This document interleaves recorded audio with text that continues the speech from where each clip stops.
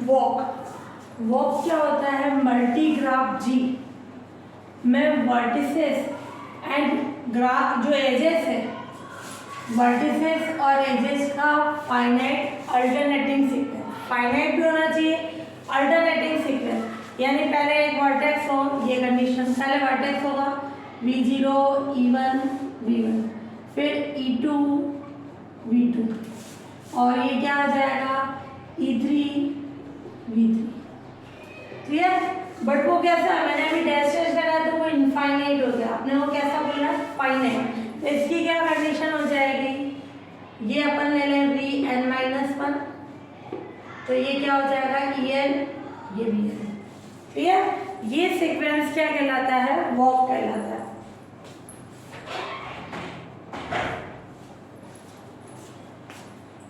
Clear?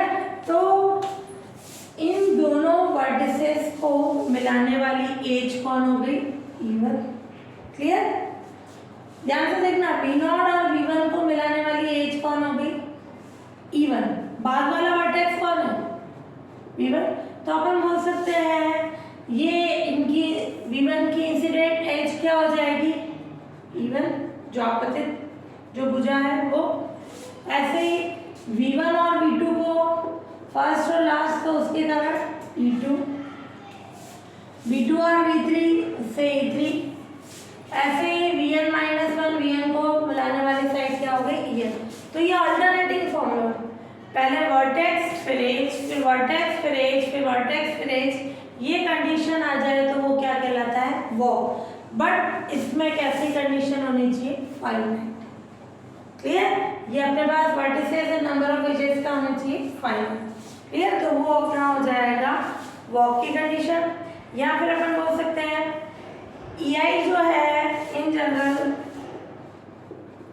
EI edge vertex या vertices Vi-1 and Vi पर कैसी है? इंसिडेंट।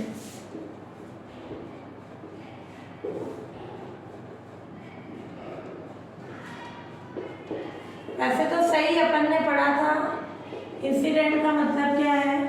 दो वर्टिसेस तो होते हैं, बट उसका लास्ट वाला कौन सा होता है? Vi। जैसे ये Vi-1, ये Vi, ये EI इंसिडेंट एज है किसके लिए? Vi लास्ट टर्मिनल के लिए, लास्ट वर्टेक्स के लिए। क्लियर? इसके लिए अपन ग्राफ देख रहे हैं। यहाँ अपन इसका जो ग्राफ देखें क्या होगा? ये V1 से V2 वर्टेक्स है, इसकी एज कौन हो गई? क्लियर? फिर इन दोनों के बीच में एज हो गई A, V2 से V5 B, V5 से V3 किससे जुड़ी? D, V3 से V6 F, V6 से V4 H, V4 से I की कंडीशन J। क्लियर? और फिर यहाँ से 4 और ये 5।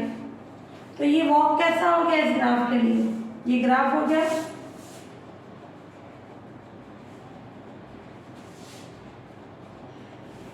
इसका वॉक क्या हो जाएगा? किस फॉर्म में होगी कंडीशन? यहाँ लिख रही हूँ V1, फिर एज आ जाएगी A, इनके बीच कॉमा लगाना चाहो तो कॉमा लगा दो, है ना? क्लियर?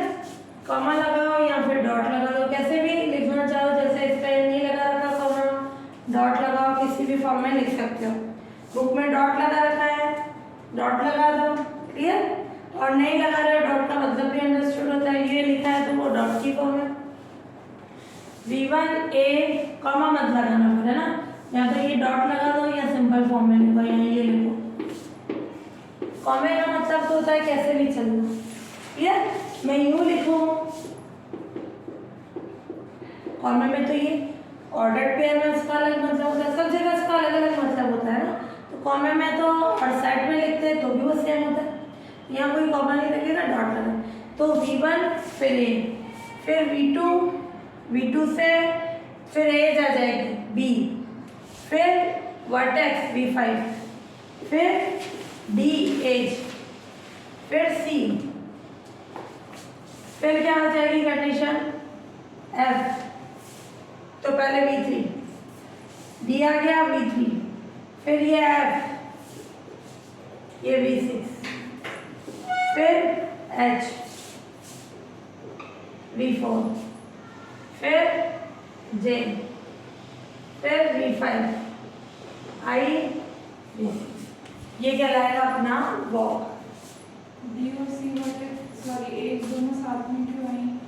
V1 से A गया, फिर V2 से V5 जा रहा है, तो किस A से जुड़ा हुआ है? B, फिर V5 से V3 जा सकता है, डायरेक्शन है ही, कैसे भी जा सकता है। V5 से V3, V3 से V6। नहीं, आपने माना B5 के बारे में D और C वर्टेक्स दोनों साथ में लिखा है, इधर आगे की तरफ।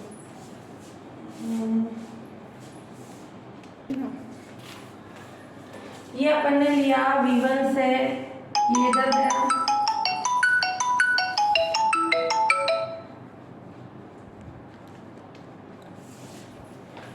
V1 से V2 गया, V2 से V5 गया, V5 से V3 गया, V3 से V6 गया, ये V4, V7, मैंने 5 लिख दिया था, यहाँ V7, फिर I V6। जो ये ग्राफ बना, जो ये वॉक बना, ये ग्राफ का सब ग्राफ होता है, यानी कुछ पोर्शन छोड़ देता है वॉक में, जरूरी नहीं है सारे। तो वॉक क्या होता है? ग्राफ का सब ग्राफ होता है ना। ये वॉक की कंडीशन है, ये क्या आ जाएगा आपके पास? वॉक। क्लियर? ये क्या हो गया? वॉक, जी का सब ग्राफ हो गया। ये भी कौन है? सब ग्राफ ऑफ जी। मैंने ये कुछ पोर्शन ले लिए, V1 से V2 गया, V2 से V5, V5 से V3, V3 से V6, V6 से V7। तो जरूरी नहीं है वॉक के अंदर ग्राफ की सारी कंडीशंस आए। फर्स्ट से लास्ट तक ले लिया, कुछ पार्ट छूट सकते हैं उसमें। क्लियर? तो अपना ये वाला सी वाला इंक्लूड ही नहीं हुआ।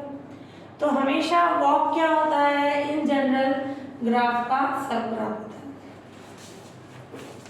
In general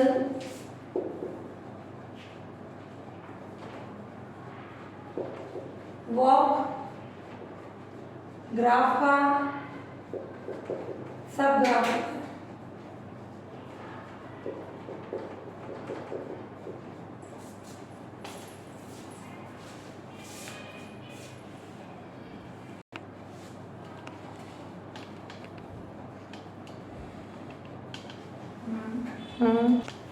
clear? तो यहाँ जो वॉक है उस पर रिपीट नहीं करना है, मैंने रिपीट कर दिया, तो ये यहीं तक ले लेना, V1 से V7 तक हो, क्योंकि मैंने जब I V6 लिखा, V6 वर्टेक्स ऑलरेडी है अपने पास।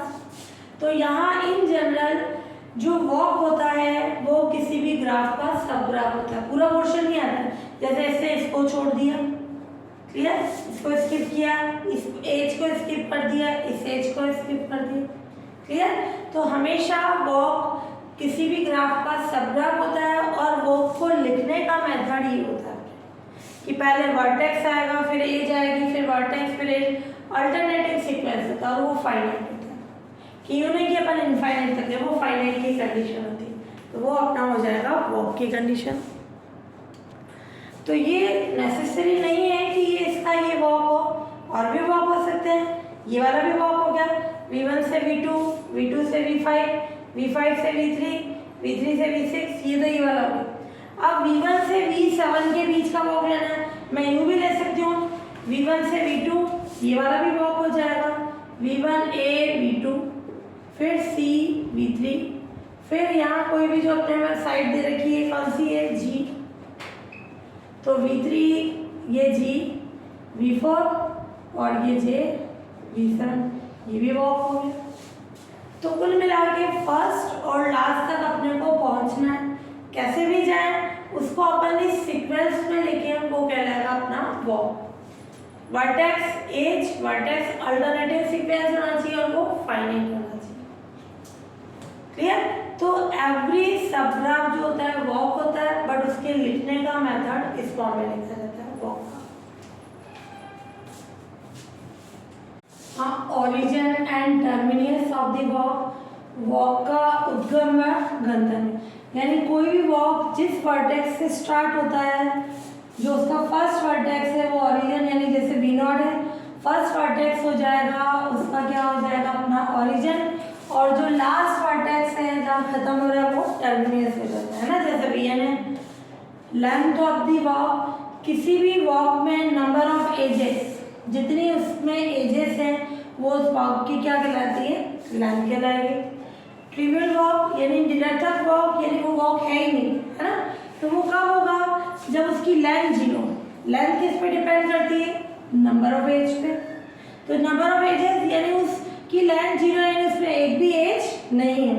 तो किसी भी वॉक के अंदर कोई एजेस नहीं है तो वो कैसा वॉक हो जाएगा, ट्रिवियल वॉक की कंडीशन। फिर है अपना क्लोज एंड ओपन वॉक। तो किसी वॉक में अगर अपने पास क्या आ जाए, फर्स्ट और लास्ट पॉइंट सेम आ जाए, देन वो क्लोज वॉक हो जाएगा। और अगर वो डिस्टिंक्ट है तो कैसी कंडीशन हो जाएगी अपने पास, तो कोई walk closed end open walk.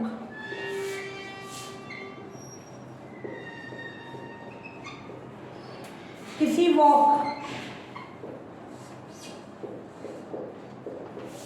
में V0 Vn की इक्वल, यानी फर्स्ट और लास्ट जो वर्टेक्स है इक्वल है, तो उसको क्या बोलेंगे, क्लोज्ड वॉक। उसको क्लोज्ड वॉक कहते हैं। और जब इफ V0 Vn के इक्वल नहीं, V0 not equal to Vn, तब उसे ओपन वॉक कहते हैं, यानी ये अलग अलग है, डिस्टिंक्ट है, तो उसे ओपन वॉक कहते हैं। लूप और उनमें डिफरेंस है, क्लियर। लूप की क्या कंडीशन थी, जैसे हम बोल रहे थे ये एज, जैसे ये एज होती V1 और V2, क्लियर। तो इस एज के लिए दोनों वर्टिसेस सेम हो, यानी V1 किसके इक्वल हो, V2 के, ये पूरी एज हो गई, ये एज E1, तो ये लूप बन जाता है, क्लियर। तो यहाँ अपने पास कंडीशन हो गई, टू वर्टिसेस को कनेक्ट करने वाली जो एज है, अगर उस एज के लिए दोनों वर्टिसेस सेम है देन वो क्या बन जाता है, लूप। अब यहाँ पे क्लोज एंड ओपन वॉक बोल रहा है, जैसे ये अपन ने ले लिया V1 यहाँ इधर गया, V2, V3, V4, ये V5, ये कैसा वॉक होगा, V1 से कहाँ तक गया, V5 तक, ये कैसा वॉक होगा, ओपन, क्लियर। क्या V1 और फर्स्ट और लास्ट इक्वल है क्या, नहीं, तो ये ओपन वॉक। ये E1, ये E2, ये E3, ये E4, क्लियर। फिर अगर अपन कंडीशन लें, अगर ये यहाँ है V1, V2, V3, V4, और ये कैसी कंडीशन ले लें, ये वापस V5, ये E1, E2, E3, E4, तो ये क्या हो जाएगा अपना क्लोज्ड वॉक, क्लियर। तो ये ओपन की कंडीशन, ये क्लोज्ड वॉक हो जाएगा। तो ओपन में क्या होगा, जो फर्स्ट और लास्ट पॉइंट है वो डिफरेंट, क्लियर। और क्लोज्ड में क्या कंडीशन हो जाएगी, उसका फर्स्ट और लास्ट वर्टेक्स जो होगा इक्वल है, तो वो क्लोज्ड वॉक की कंडीशन होगी, क्लियर। तो लूप और इनमें डिफरेंस है, लूप में भी यही होता है, दो वर्टिसेस हैं, बट इन दोनों को कनेक्ट करने वाली एज की बात करना है, ये पूरे ग्राफ की बात करना है, क्लियर। तो ये हो जाएगा ओपन एंड क्लोज वॉक की कंडीशन।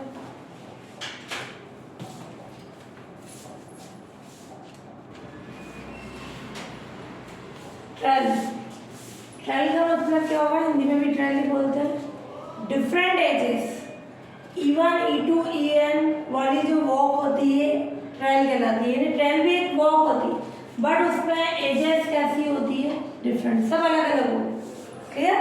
तो डिफरेंट एजेस वाली जो वॉक होती है वो क्या कहलाएगी, ट्रेल की कंडीशन। कि उसमें कोई भी सेम एज नहीं होगी, वो आ जाएगा अपने 12। वो सेटिंग्स में जाके